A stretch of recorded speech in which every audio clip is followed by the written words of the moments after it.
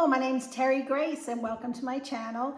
So I'm starting a color wash quilt that I had seen on Terry Rowland's channel that I absolutely loved.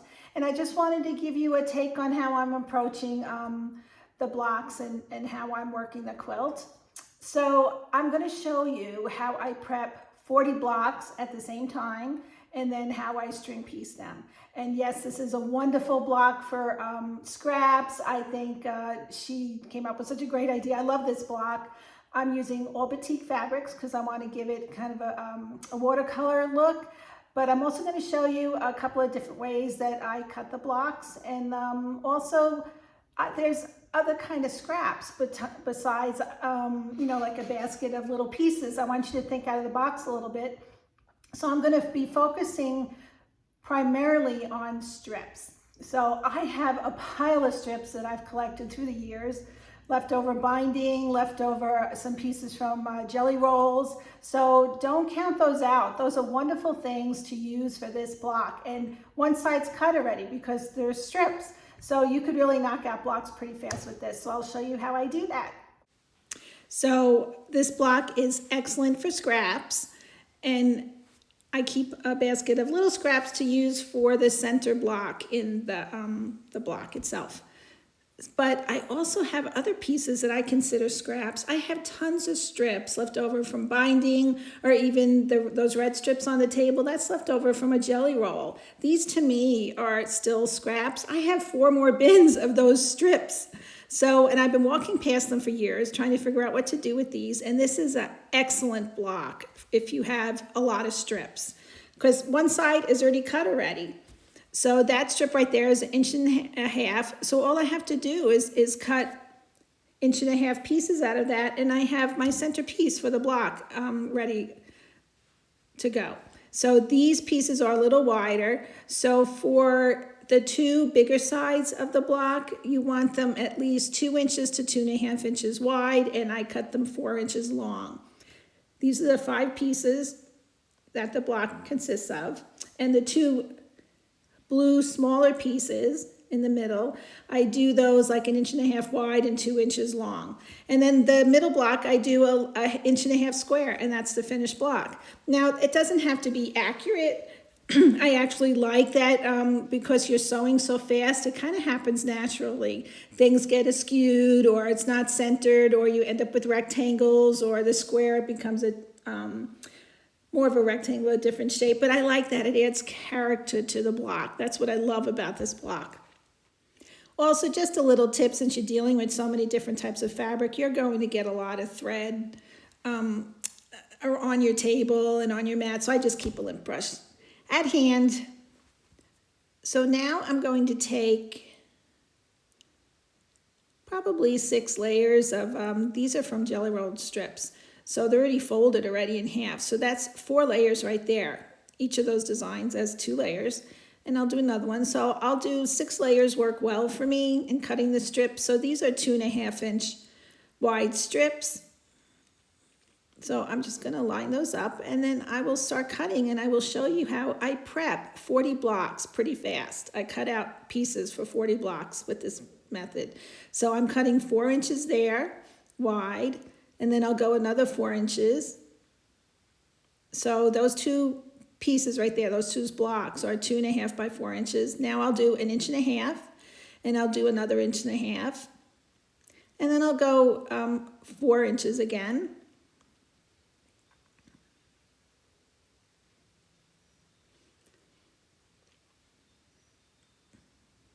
And then I'll do another 4 inches. And then I'll go 1.5 inches twice. I'll do 1.5 inches 2 more times. And there's basically, when you do this, there's very little waste. So right there, that is enough pieces for 12 blocks already cut out. All you have to do is get your centerpiece. So now that I have that group of strip sets cut, I'm going to start separating them and lining them up into individual blocks. So I'm pulling 2 pieces that match, and I'm going to just start lining them up, and then I'll grab the 2 middle sections. So each stack when these are all separated, will consist of 2 wide pieces, 2 of the same fabric for the middle pieces, the 2 rectangles there that I'm putting in the center there. Those fabrics match. And I'll continue doing that until this cut strip set is laid out. And I believe it came to 12 blocks right there.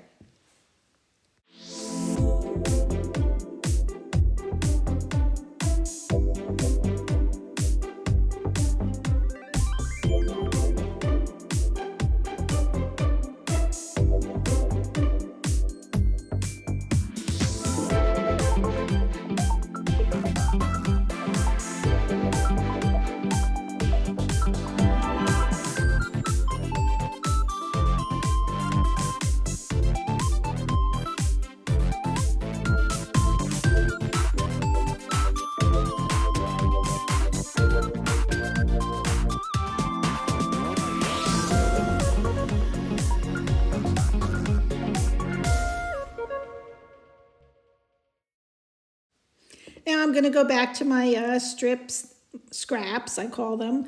These are already lined up, so I don't even have to stack them up. So I'm sure I could get a couple of blocks out of these blue ones, and they're wide enough. They're wider than 2 inches, so that's good. So I'll cut one 4 inches long.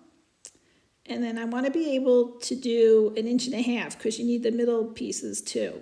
So then I'll cut another 1.5 inches, and I'll throw whatever left over in my little basket for the center pieces, and you know, the scraps in the little basket so I could cut for the centerpiece blocks. So I'll go lay these out. I think I got 3 blocks out of this stack.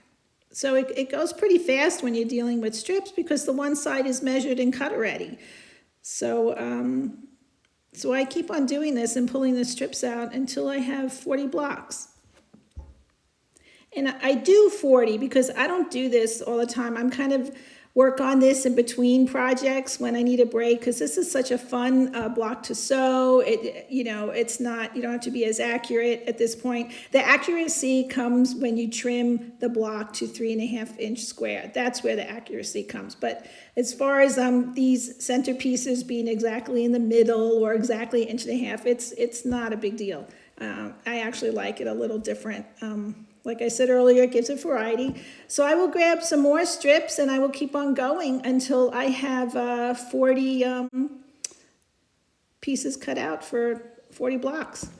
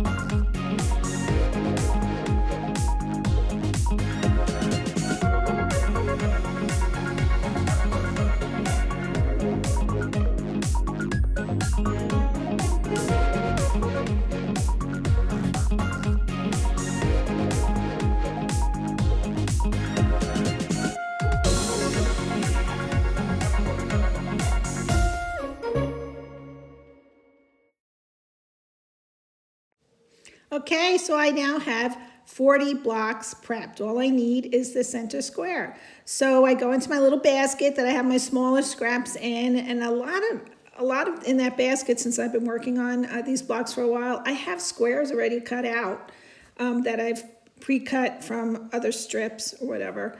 So I just start playing around and figuring out which square to put in what. That's up to you, what you're looking for. I try to get a good contrast and, you know, mix it up a little bit. There's my basket. So I'm kind of grabbing the squares that are already cut. And if it's not, then I'll just cut some squares out or rectangles because I like to use both.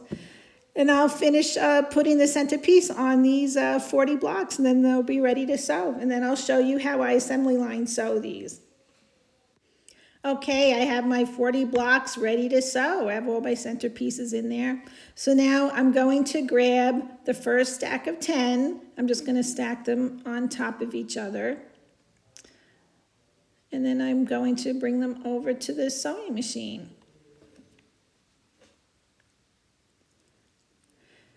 So now I have my stack of 10. So I'm going to separate that into 5 blocks. My table with the sewing machine is not very big, so it's easier for me to just work 5 blocks at a time. So I'm going to lay out 5 blocks, and I'm going to work them in this order that I'm laying them out.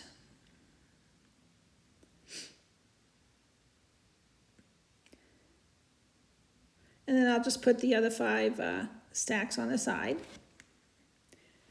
So now I'm going to grab the first like pink centerpiece and then the first square. I'm going to line it on the edge, and I'm going to do that for each block. Just line them up to get ready for chain piecing.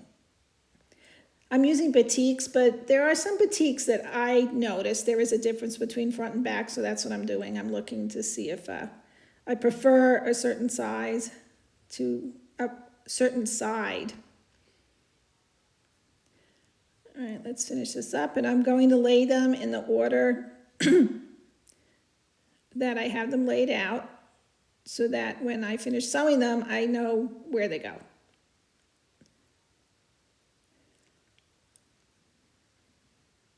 All right, so now I'll just start chain piecing.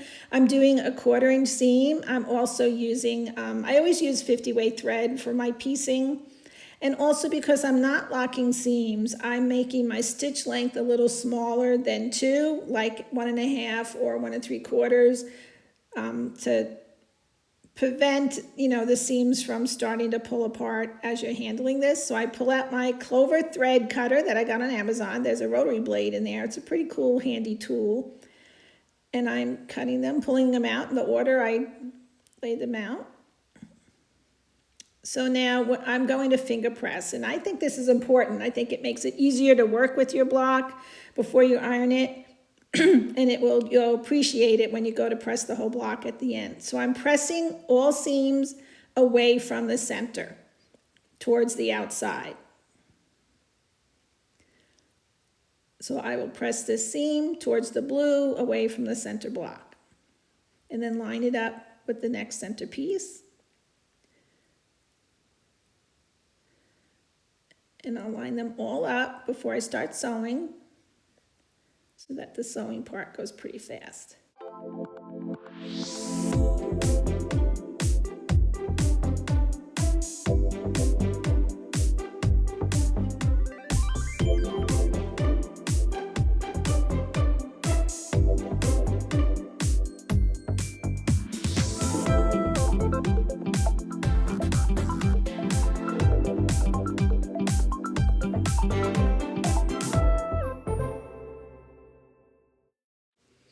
See how I just keep on working in the same order. And then I will press that seam away from the center block towards the outside. See how they're both pressed outside? Not outside, but you know, away from the center. And I will line it up with the side piece.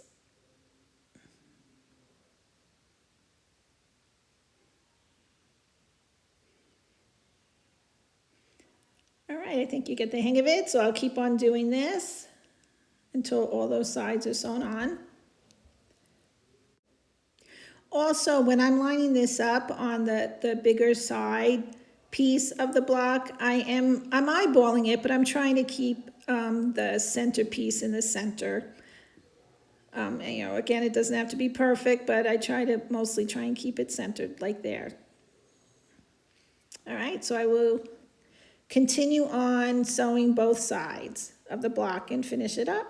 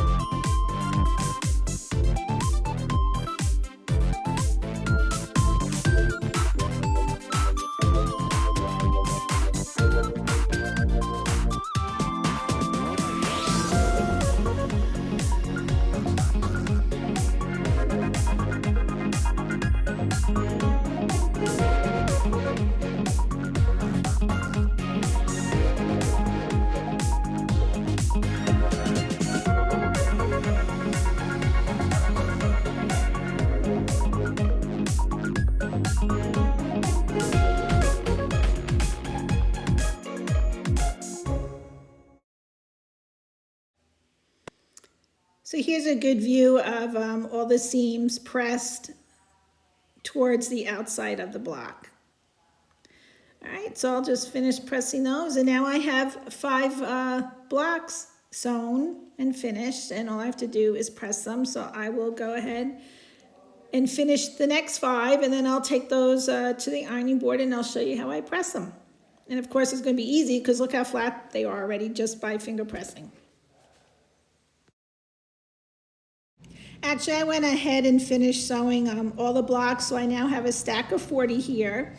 And I'm going to lay them out, actually face down. I'm going to turn them over and have the wrong side facing up. And I'll either do 10 at a time, or actually I made this ironing board, so it's pretty wide. So whatever many pieces you could fit on your ironing surface, I put as many as I can fit, because I like to press as many as I can at the same time. So after all these are out, I'm going to spritz them with my choice of spray starch. And I buy it in bulk. I buy it in a gallon because I use so much of it. And so then I just keep on refilling my spray bottle. So I like to spritz the back of all of these, and then I let it soak into the fabric just for a couple of seconds. And doing that prevents buildup on your iron and also your ironing board surface. But I use Mary Ellen's Best Press, so I really don't have an issue with flaking or buildup with her anyway. I love this spray starch. So all right, so that's it's pretty much soaked in and happens fast. So now I will turn it over before I bring the iron to the blocks, because I don't want to get any spray starch on my iron. So I'll finish doing that. See how easy this is, having it finger pressed already? It's so much easier to handle. So when I use the iron, I press down first before I move it. I kind of set the fabric first, and then I'll move the iron around. Because I don't want any of the pieces stretching out, because there could be pieces cut on bias, I don't know, because you're dealing with a lot of scraps, especially if you're using scraps like these were strips, so I don't think they're going to stretch too much. But So I'll just dry them with the iron and press it. But again, here I'm doing 10 at a time. So this part goes pretty fast too. Next thing you know, I'll have 40 squares already sewn and pressed and ready to trim. And then we'll talk about 3 different ways that I trim and which ones I prefer. All right, so these 10 are done. I'm just gonna show you real quick how flat they get and how nice they get by using the spray starch. All right, now it's time to trim the blocks. I trim them to 3.5 inches. So I'm gonna show you a couple of methods I use. I invested in an AccuQuilt die cutter several years ago. And so this is, if you have one, now's the time to pull them out because I know I'm personally going to need 900 squares because I want to make a fairly large quilt.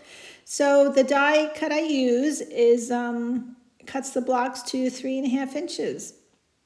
And then I place 6 squares on the die. I don't do more than that. And when I place them, I try, this actually, it's hard to see, those are 2 squares. There's the middle, separating the 2 squares. And it's kind of on a slant, so be mindful of that when you place them on there. I try to get the center block, you know, in the middle of that cutting square. And I also alternate the seams.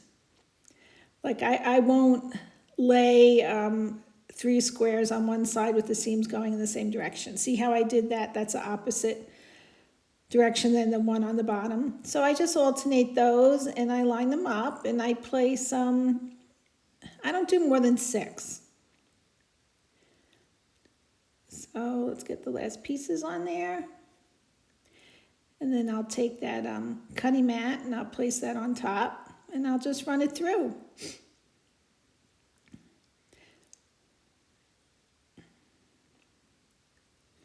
So it's kind of handy having one of these. But there's also other methods I'm going to show you. I'm going to show you this ruler next, which I just love, and it's just as efficient as this machine. So I just cut 6 out, and sometimes you will have some good size scraps left over. And I will take those and I'll put them in a pile. Here's the 6 squares. See, they're all done the exact size.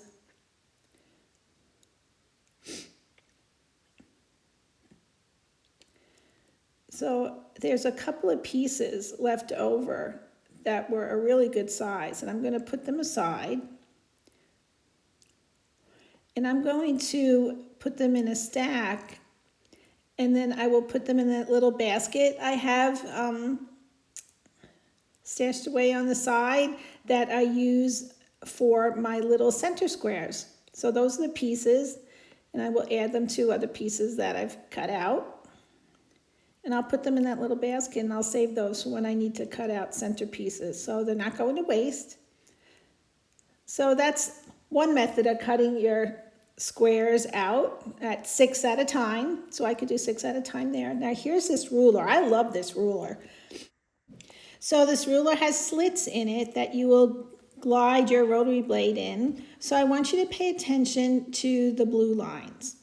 So the left line will be your left side of your square, and then the bottom blue will be the bottom line of your square. And then I'm looking for 3.5 inches. So that's the 3.5 inch line on the right side. And up on top, I'm looking for the 3.5 inch line. Here's a closer look because the glare from the light was hiding it. That's the top line. So I keep that line in mind. Now, to center it, I'm looking for 3.5 inches right here. And that says 3.5 inches, and I'm going to put that in the middle of my block. If that's centered, your left and right lines will work, will be fine. There's a closer look of it centered. So right now, I'm just going to cut the left side and the right side of the block with that 3.5 in the middle of my center square. I'm going to hold the ruler down with my left hand, and because I'm right-handed, and I'll just run that rotary blade right through those slits. So those 2 sides are done. And those are really good pieces, so I'm going to save those. Once again, put in my little basket to use for my centerpieces. And then I will do the same on this side. Now, because the bottom and the right are cut, I'm going to line up that bottom blue line with the bottom cut. And I'm also going to center the line on the 3.5. I'm going to put that in the middle of my block. So that's lined up with the bottom. If you notice, this should be right on that line, the 3.5 line, and that center line is in the middle of my block.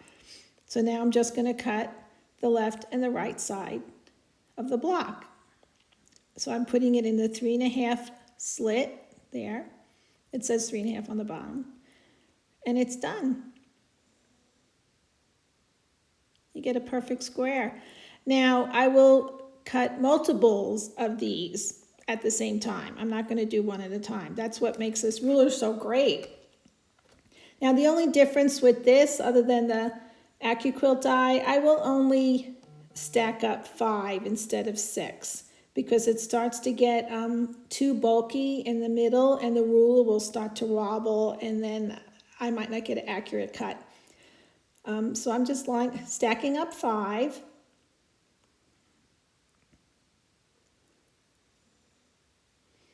And I'll use the same method I just showed you.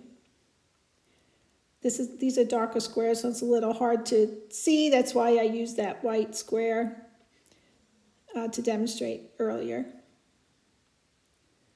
So I'm looking for the center, my 3.5 inch mark. There's my 0 line, my left, and there's the 3.5 inch slit right there. I make sure those two are covering the top and the bottom, but I'm not too worried about those. I'm more worried about the left and the right now. Once you get a hang of this, it will go pretty fast. Watch out for your fingers there, even though it's in the slit. You want to be careful. So I keep hold of the stack so it doesn't shift while I pull those pieces away. I carefully turn it over. If you have a swivel cutting mat, that would be perfect for this. Now I just center that 3.5 inch line in the middle of my block and I line up the top and the bottom lines. See that's right in the center there. And I make sure that the bottom blue line is lined up with the cut line and the same with that 3.5 inch line right there. And I'll just run the rotary blade through that 3.5 inch slit. And then the slit all the way to the left that starts with 0. And that's it. You just cut out 5 blocks. Pretty accurate cuts as well. I really like this ruler. So I'll show you what they all look like. And it did the same job as the AccuQuilt, except I cut out 5 instead of 6. So if you don't have the mini square up ruler, and you could just use a regular ruler and just cut all 4 sides, and you could probably stack these as well. So after I have all those 40 squares stacked, I pile them by color. I like to keep all the colors together. It'd be easier when it comes time to laying out the quilt blocks. And then I put them in stacks of 100. And each stack has 10 different colors. And each color has 10 blocks. So that brings 100 for each stack. And I could just look at that pile. I know I have 400 blocks just by looking at it. Here's another side view. See how I have all different colors, but each color is 10 pieces a piece, and then I have 10 of them, which makes 100 in that stack. So that's how I keep them organized, and I know where I'm at as far as how many more I need to make. I also just want to say any tools or products I mention in this video are just things that I like to use in my quilt studio. I'm not affiliated with any of these companies. So it's just a suggestion. I'm just showing you what I like to use. And I also like to thank Terry Rowland again for this wonderful block. I'm really enjoying it. And I encourage you to watch her videos. So I hope this expanded your idea of just not using little bits and pieces, but use those strips too. You know, they aren't just for string quilting. Those strips are excellent for this block, and just have fun. It's such a great, easy block to make. I only make 40 at a time, and I make them in between other quilts that I'm working on that might be a little more involved, and I just need kind of a little break from concentrating so hard. And there's no pinning with these blocks. I'm just running them through, and it doesn't matter if the seam isn't lined up correctly. I actually prefer that. I like that the centers are a little askew, or it's not always a square in the middle. It gives the quilt and the block some character. The accuracy, again, comes in the cutting of the block itself, trimming the block down. And and I showed you how to do that. So I hope you give this a try and have fun.